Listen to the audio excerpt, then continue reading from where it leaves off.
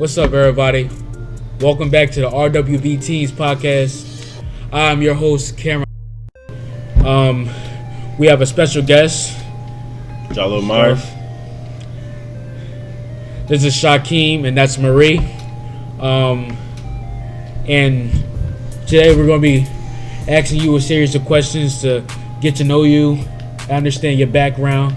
I understand that you previously came to this Boys and Girls Club in the past, and we're going to see where you came from. Fair enough. So, first question is, what kind of kid were you here at the center?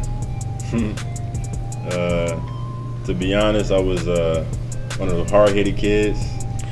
I really didn't listen much. Pretty much did what I wanted to do. That was me as an R.W.B. Brown kid. At the time, I was in school, a school called Hope Partnership. That was a school that was affiliated with the program at the time. That was the reason why I was in R.W.B. Brown.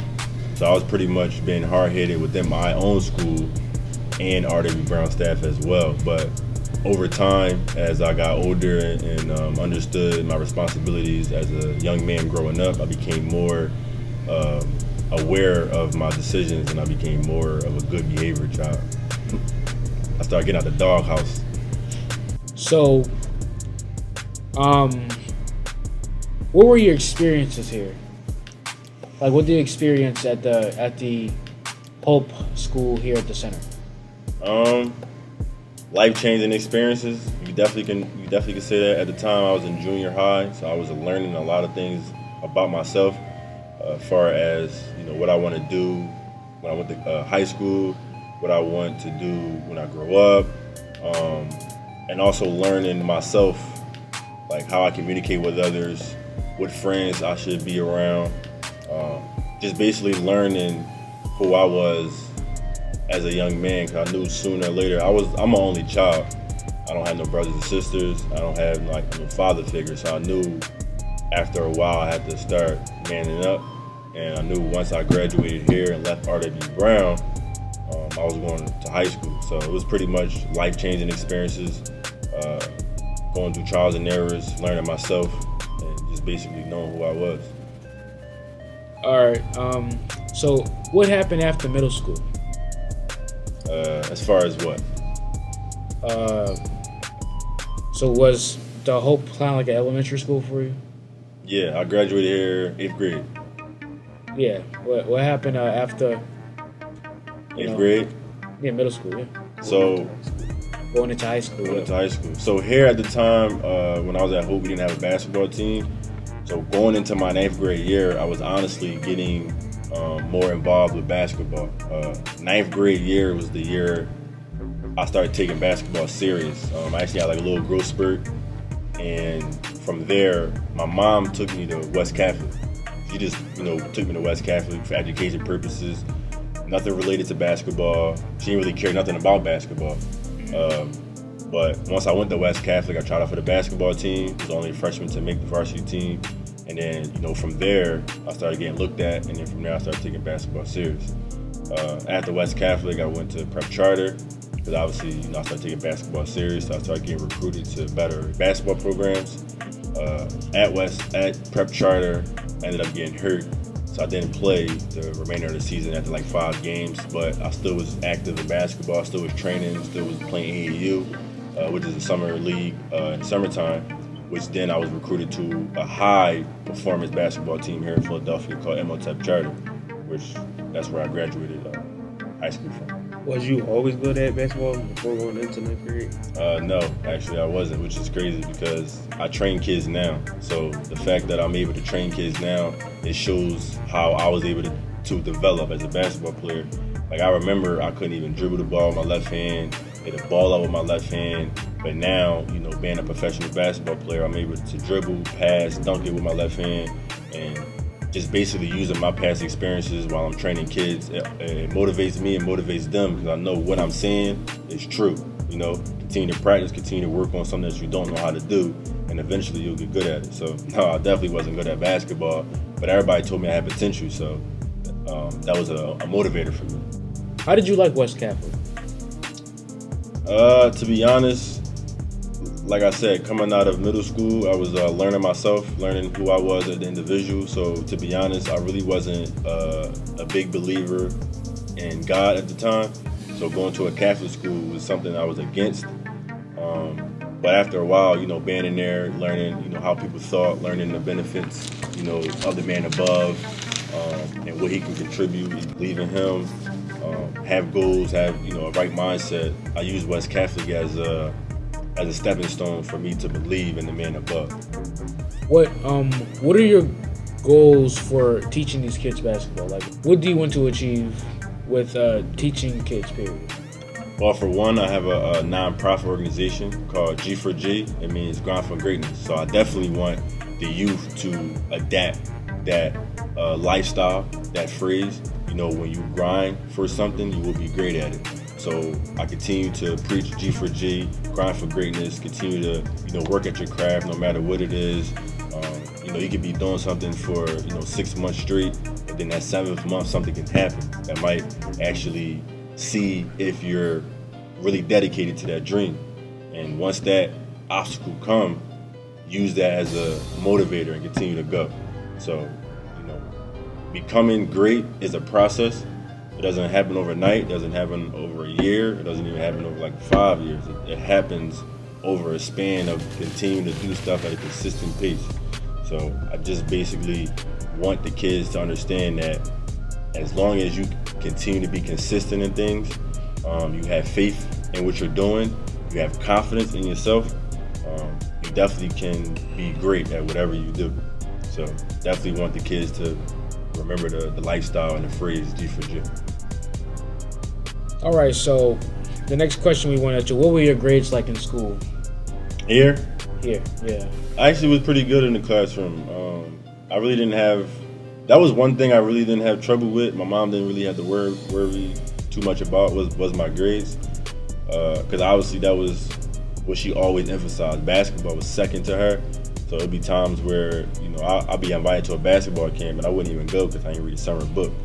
So I knew my education was important, and I always knew, no matter how much, work I put into basketball, I always knew I can get hurt at any moment. Basketball is going to stop at some point. I'm not going to play basketball when I'm 50, 40 years old. Obviously, when I was growing up, there was nobody in NBA at the time playing at 40 or 50 years old.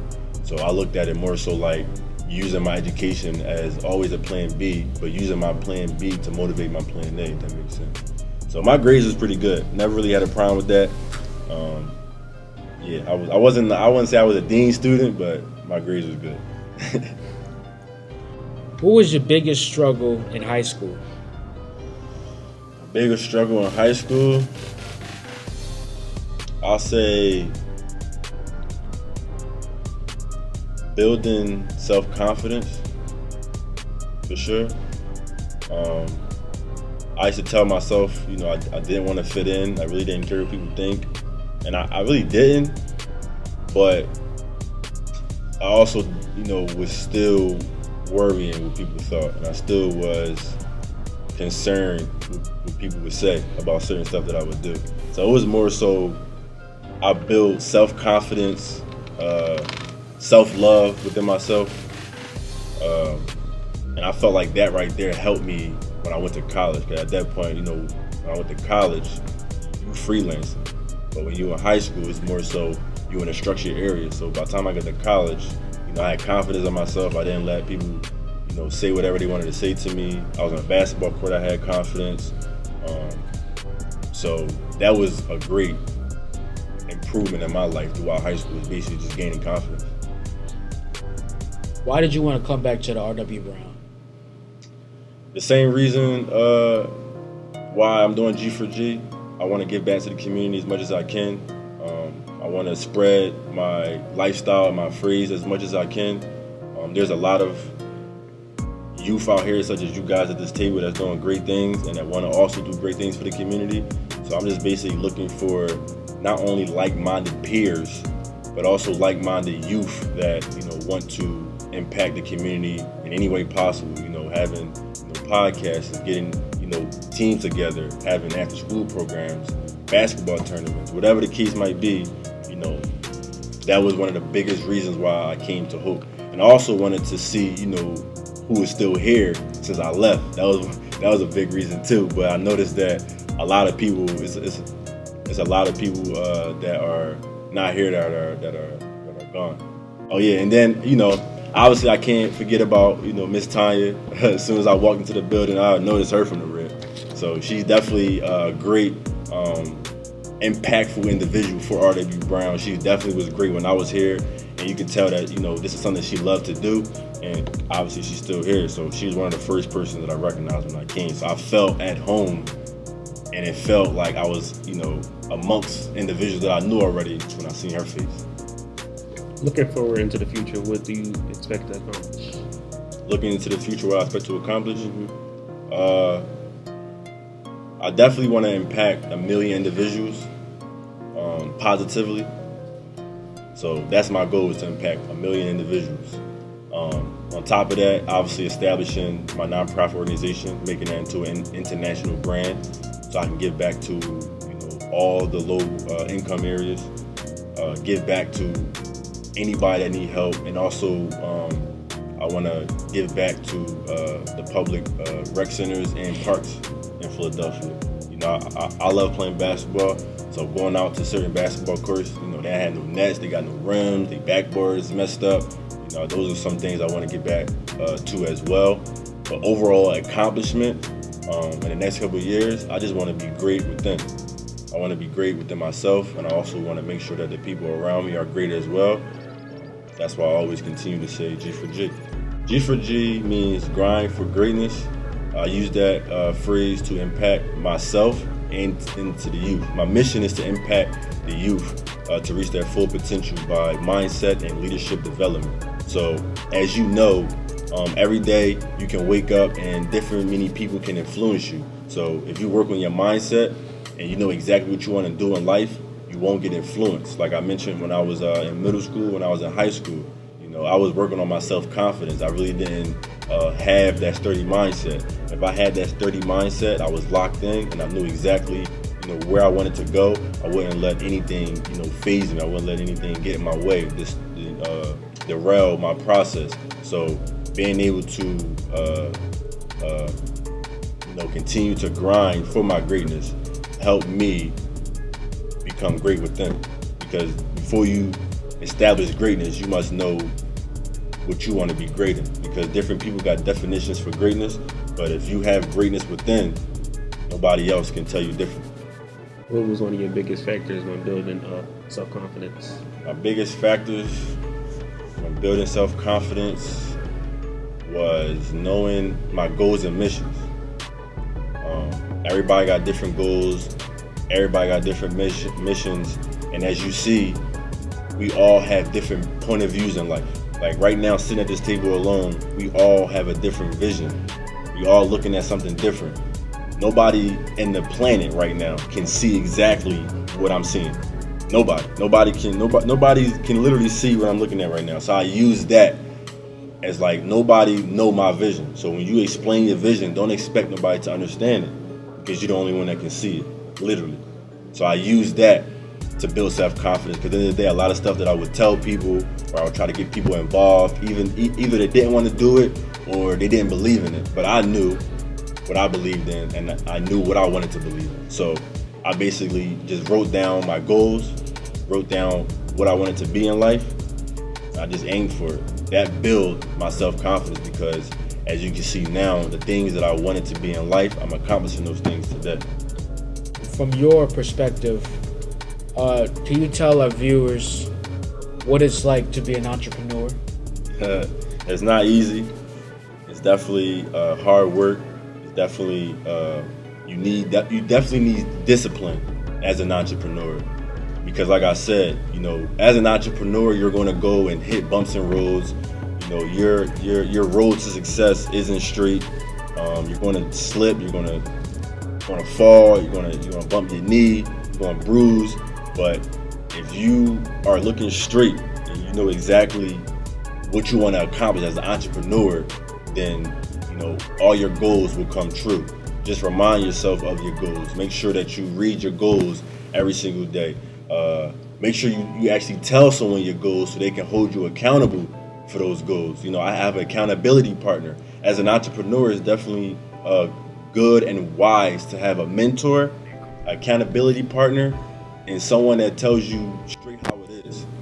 So as an entrepreneur, just knowing exactly what you want to do, aiming for it, you know, you can accomplish anything. Yeah, so my questions for y'all would be, since y'all been involved with R.W.B. Brown, how do you feel that your improvement have been done since you started R.W.B. Brown? See, I started R.W.B. Brown 3 years ago. So back then I was like really small-minded. I didn't like to think out the box. I didn't like to really be around people. But coming here, Ms. Jewel taught me how to like open up more and be like around people, not think everybody trying to do me wrong and stuff. So that's great. What about you? I've been going to R.W.B. Brown since I was a baby, probably around 2008. Dang, that was the year I graduated. That's crazy. So when I was graduating, I was getting out of it. He was still here and growing up. So that's what's up, man. That's what's up. I took a break from here, probably around from kindergarten to around second grade. No, second or third grade. Yeah, I started coming back here around third grade. I was in an after school program, and I can tell you that Brown was all right, but it ran slow. You know, not a lot of activities was going on. Government cut funding, so you know, there was hiring staff left and right that didn't care basically. Yeah. But you know, when Ms. Jewel came to the center, to the R.W.B. Brown, she came and she was an art teacher at start, and she actually was engaging with the students. She was teaching them art and actually giving them projects to do. Sometimes at the start, kids didn't want to do the project, they didn't want to engage, but that's because they're not used to counselors actually engaging with them. Right. Just like how some counselors like previously Mr. O or something or anything, they actually went to the gym and started making projects for them to do inside the gym. They was actually engaging with the kids, and we need more counselors like that. Right.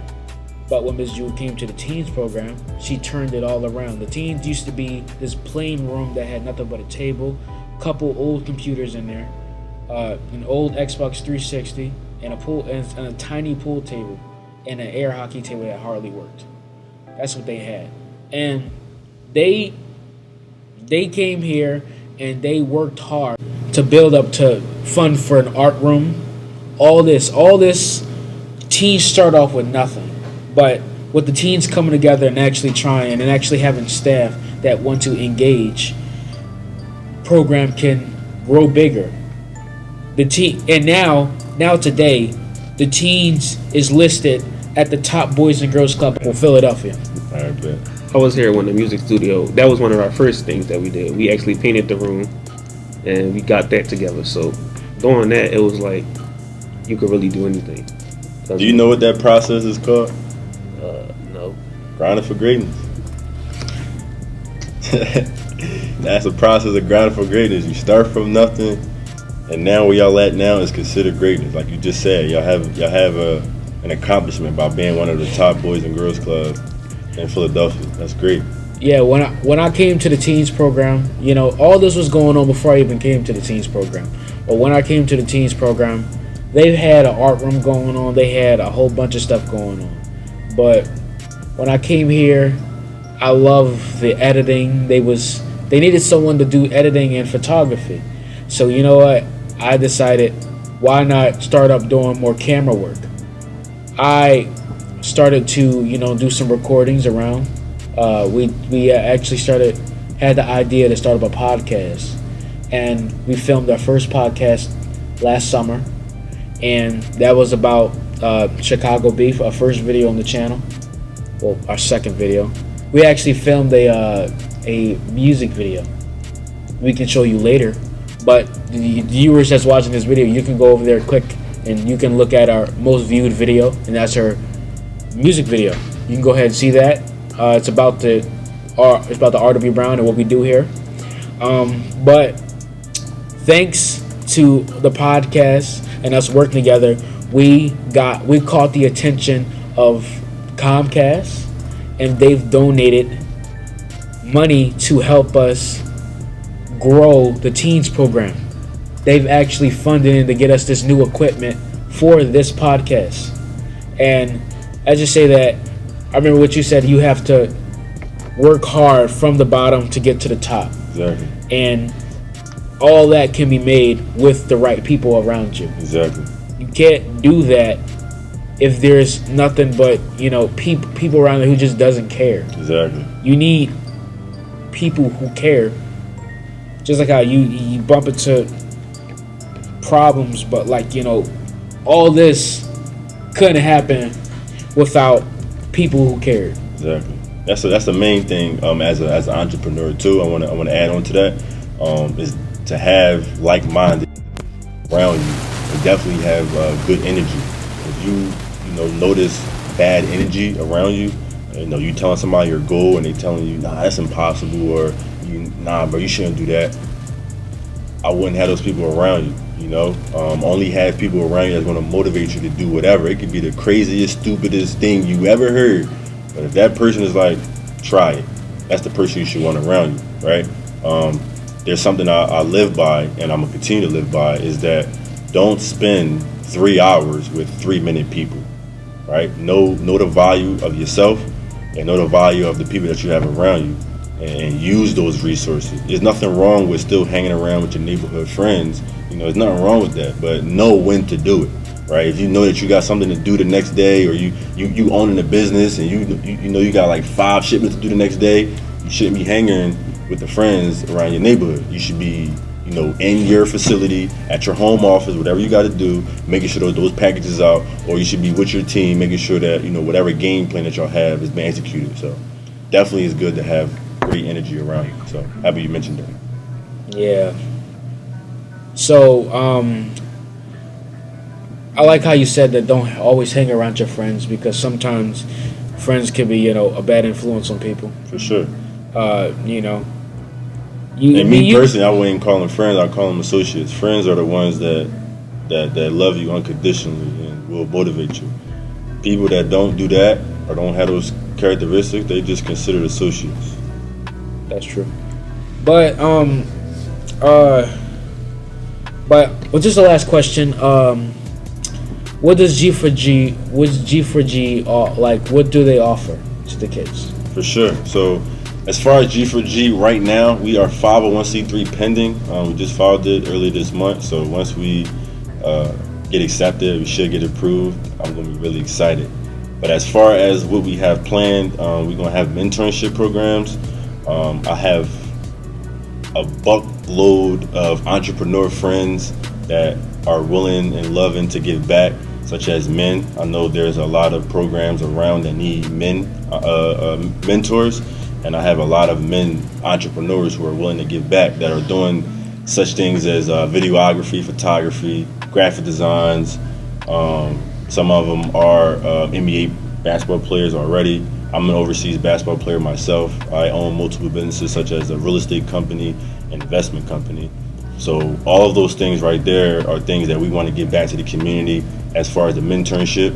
And then as far as, stuff that I love to do, we're going to offer, such as basketball camps, basketball trainings, basketball leagues. We're going to have open mic events. We're going to have talent showcases. I love to do stuff like that. Like, I love to watch poets, hear poets. I just love stuff like that. So those are the things that we're definitely going to offer. And as well as we're in a process of dropping our first season on YouTube for our Day in the Life series that we're doing with individuals in the area. So if you know any individuals in the area, make sure you tap them in with G4G, and we'll love to do a day in the life of them on how they impact the community. And then we also work on a podcast. So as you know, G4G is grounded for greatness. So we're going to offer as many things that we can offer to help the youth and help the community grow. Like I mentioned before, we're going to be giving back to parks, giving back to schools, and as you see me right here, I'm going to be giving back to R.W.B. as much as I can. Hope, that wasn't here prior, they have their own building down the street, so I'm going to be giving back to them as well. And obviously I'm going to be giving back to the colleges that I graduated from. So G4G is going to be grounded for greatness for sure. Well, we like to coming, and thank you for having me. Yep, and we look forward to having G for G work for the R.W.B. run community. Yes, sir. And I'm personally excited about it. Me too. Thank you for having me. All right. This is the RWB Teenz podcast. My name is Cameron, Shaquem, Marie, and that's Jalil. Jalil Myers, G for G, every day. Thanks for watching. R.W.B. Brown.